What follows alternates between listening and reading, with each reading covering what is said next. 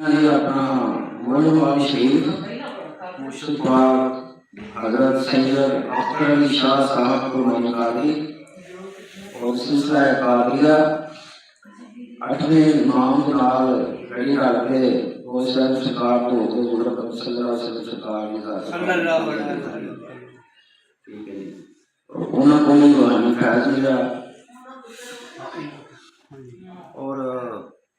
साढ़े घाटा भी साढ़ा दादे परदादे का भी सिलसिला रूहानियत में तलक है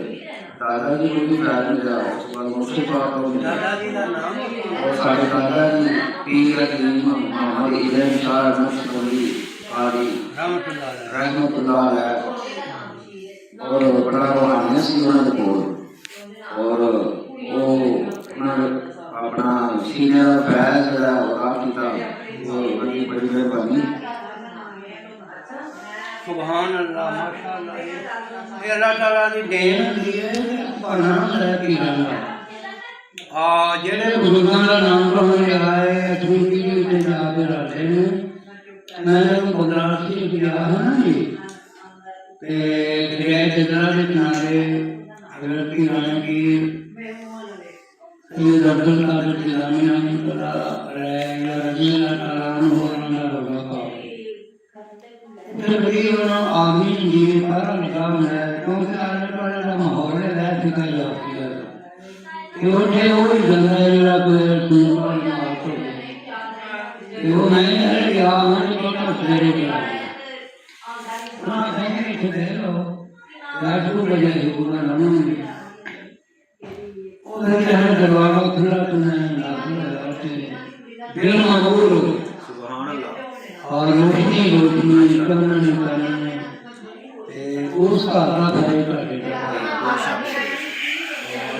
वो पता लगा है ताकि किताब में हाँ जी वो सारी अपना रूहानियत का सबक ही है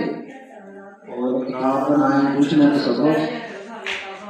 और उनके रूहानियत में राजू इजाजत किया है अपनी नाकस अकल के मुताबिक ताकि अपनी आने वाली नस्ल जी है वो रूहानियत में पाई जा सके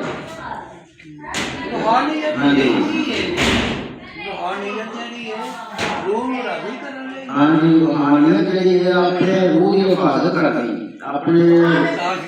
ताजगी देने वास्ते अपने दिल को दिल की रोशनी वाला रोशनी नाल अटैच करना लेकिन तरीके कार में वो सारे किताब के लिखे हैं हाँ जी वो भी किताब भी तकरीबन हो गई है अपना बस हम प्रेस का काम रह गया इंशाल्लाह जल्दी हो जाएगा पीर साहब जी जरा तुहानू दस्या है रूहानियत ये बड़ा कुछ है ते फकर गिना तसव्वुफ मारिफत हकीकत ते सारियां मंजिलां होंदियां ने ते वो किताब तुहानू दस्या सारियां बयान करना हाँ जी जी जी करबला मौला ने तो जिक्र कीता है हाँ जी करबला मौला का पूरा एक शहर पूरा उस आफताबे करबला किताब का नाम उनमें यजीद पीर के बारे में भी दस्या गया हज़रत इमाम हुसैन इस्लाम के फजीलत के बारे पंडित पाक की फजीलत के बारे और कोशिश की थी ना किसी अकल नाल कि जिन्होंने बेहतर लिख सके और वो पंडित पाक की बात से कबूल हो जाए बस इसको बड़ी खुशी हो गई हज़रत साहब मैंने मौका मिला करबला मौला ने लेके गुजरातां तो कोई ध्यान गुजारन लगा 10 मुहर्रम लगा थी अपनी किताब मेरी ना मेरी सफर पे वो मैंने दस्या है इमाम पाक ने बड़ी बड़ी कुर्बानी दी अपने नाने की दादी की निभार की और वो मेरा साबर साबर कितने दुनिया के नजर हो गए उन्होंने जिक्र प्रयास इतना करता है करम कि वो दस्ते नैन वाले देखो उन्होंने कोड़ा चाहिए जमा की हजूर इस्लाम का बेटा उसे जरा अड़िया गया फिर वो निदा आई हकत की आवाज कि बड़े सफर वाले बंदे ने इतने रहने अपना बेड़ा ले तुम अगे ले लो वो बेड़ा ले रात पहाड़ तुर्की ले देखी है बड़ा मुश्किल है मुकाम जो है माँ बाप ने लगाया उन्होंने रास्ता के बारे में पता है कि ना कोई है हाँ जी वो लश्कर के वैसे ही यजीद का लश्कर टोटल ਜਿਹੜਾ ਸੀ ਉਹ 7 ਲੱਖ ਸੀ मरले एक बंदे वास्ते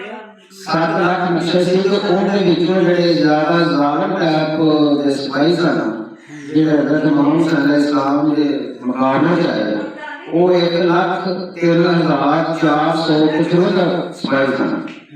और वो ऐसे सिपाही सन के जिंदा अपना जानवर का खून भी पी लेते थे इस किस्म के खूनखार टाइप के वो सिपाही सन और हज़रत मोहम्मद सल्लल्लाहु अलैहि वसल्लम के मुकाबले पे आए सब्र और शुक्र और इंशाअल्लाह ये वो हज़रत मोहम्मद सल्लल्लाहु अलैहि वसल्लम का इश्क भी दिया उन्होंने सब्र भी दिया अल्लाह की इताअत की उनके विच अपना उन्होंने खत्म सी हुई और ये पैंतन पाक के घर का बड़ा बड़ा इंतजाम की सूचना देते उन्होंने सामने को तस्लीम की थी किसी भी मुश्किल करी जाओ तो सफर का काम नहीं करना और अल्लाह का जिला उनके मुल्की परहेजगारी और तकवा से अल्लाह की जात के होते हैं क्योंकि अल्लाह का कोई शरीक नहीं तौहीद का इंसान पकड़ा हुए तो हर मंजिल आसान हो जाएगी सुभान अल्लाह माशा माला मोहम्मद बड़ी वो बनी है तकलीफ है एक टोटल ते शाहे अदब